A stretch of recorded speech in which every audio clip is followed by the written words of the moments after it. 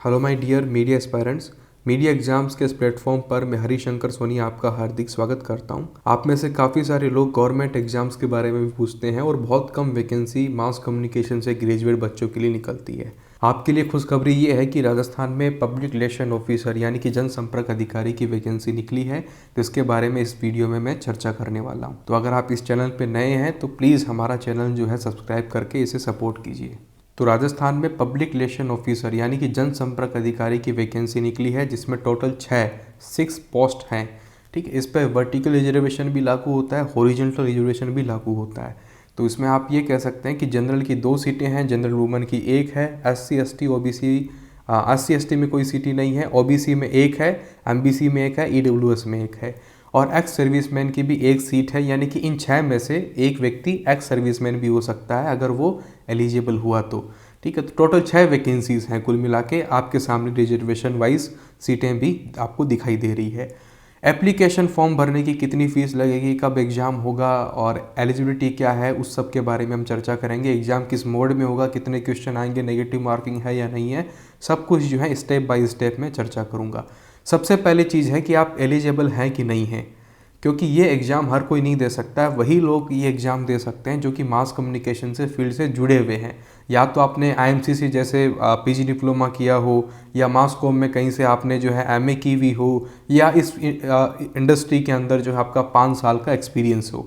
ठीक है, 3 साल का एक्सपीरियंस भी चल सकता है अगर आप पोस्ट ग्रेजुएट हैं हिंदी या इंग्लिश के अंदर किसी बढ़िया यूनिवर्सिटी से। तो ये 3 क्राइटेरिया हैं, ये और करके आपके सामने लिखा हुआ है। इन तीनों में से एक चीज़ चाहिए।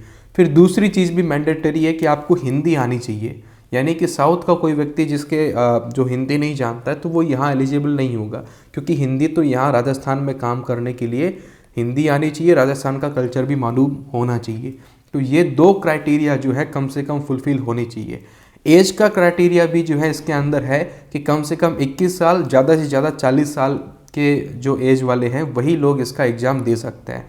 हाँ, एज में अगर आपको छूट मिल सकती है अगर आप इन कैटेगरी से बिलोंग करते हैं तो। ठीक है, तो यहाँ बहुत सारी डिटेल्स हैं, मैं यहाँ जो बेसिक चीज़ें हैं उस पर बताऊँगा। एप्लीकेशन फॉर्म भरने की जो फ़ीस लगेगी वो 600 रुपये लगेगी। अगर आप कैटेगरी से आते हैं किसी से तो 400 रुपये लगेगी। एप्लीकेशन फॉर्म जो है राजस्थान के SSO पोर्टल पे भरना है। SSO पोर्टल से ही जो है लगभग राजस्थान में सारे काम होते हैं। वहाँ आपको अपनी ID बनानी है और एक बार रजिस्ट्रेशन कर लेना है। यानी कि एक बार रजिस्ट्रेशन करने के बाद आप राजस्थान में कभी भी कोई फॉर्म भरते हैं तो ऑटोमेटिक जो है आपका OTR वहाँ पे रहता है और आप डायरेक्टली आपको वैकेंसी सिलेक्ट करके उसकी फ़ीस ही पे करनी होती है। तो जो लोग बाहर के स्टेट वाले यहाँ पर एग्ज़ाम देना चाहते हैं वो भी एलिजिबल है। हाँ, उनको रिजर्वेशन का किसी तरह का फ़ायदा नहीं होगा। वो जनरल की जो 2 मेन सीटें हैं या जनरल वुमेन की जो सीट है उसी में कंसिडर मेरे ख्याल से हो सकते हैं। वुमेन का भी मेरे ख्याल से हो सकते हैं राजस्थान से बाहर वाले, बाकी देखना पड़ेगा। बाकी 2 सीटें तो आपके लिए है ही है, लेकिन काफ़ी प्रेस्टिजियस और कम कंपटीशन वाला ही है, क्योंकि हर कोई इसके लिए फॉर्म नहीं भर पाएगा। वही लोग इसके लिए फॉर्म भर सकते हैं जो कि मास कम्युनिकेशन के फील्ड से जुड़े हुए हैं। तो ये फॉर्म भरने के बारे में डिटेल है कि इस वेबसाइट पे जाके आपको फॉर्म भरना है SSO वाले पोर्टल पे। बहुत सिंपल है, यूज़र फ्रेंडली, आप आराम से भर सकते हैं। अब आते हैं सबसे मेन चीज़ पे कि सिलेक्शन होगा किस बेसिस पे।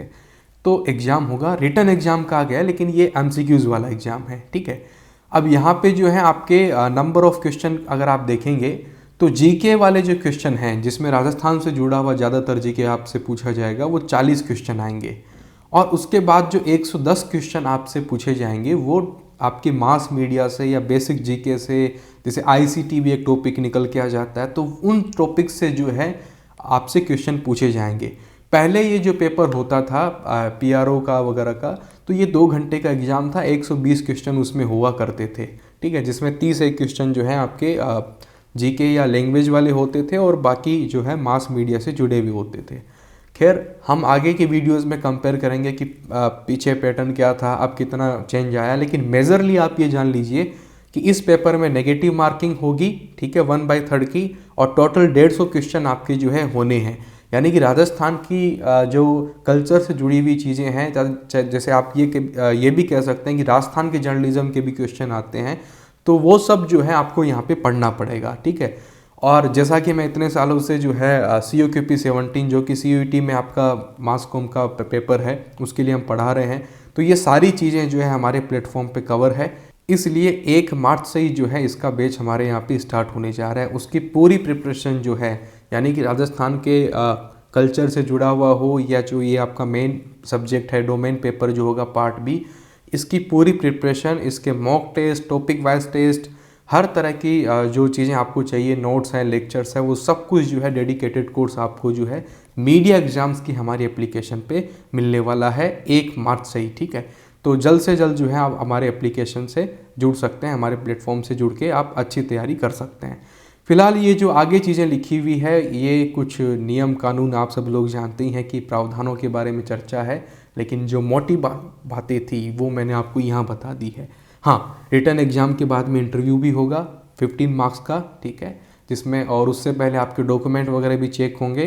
तो फर्जीवाड़ा बिल्कुल मत कीजिए। जो इस फील्ड से नहीं जुड़े हुए हैं, मैं रिकमेंड करूंगा कि दूर ही रहो इस चीज़ से, जो मास कॉम से जुड़े हुए नहीं हैं, ठीक है। और जो लोग जुड़े हुए हैं तो आपके लिए बहुत ही कम चांस में, मतलब बहुत कम चांस मिलते हैं कि इस तरह की वैकेंसी में आप जो है कभी एग्ज़ाम भी दे पाएँ।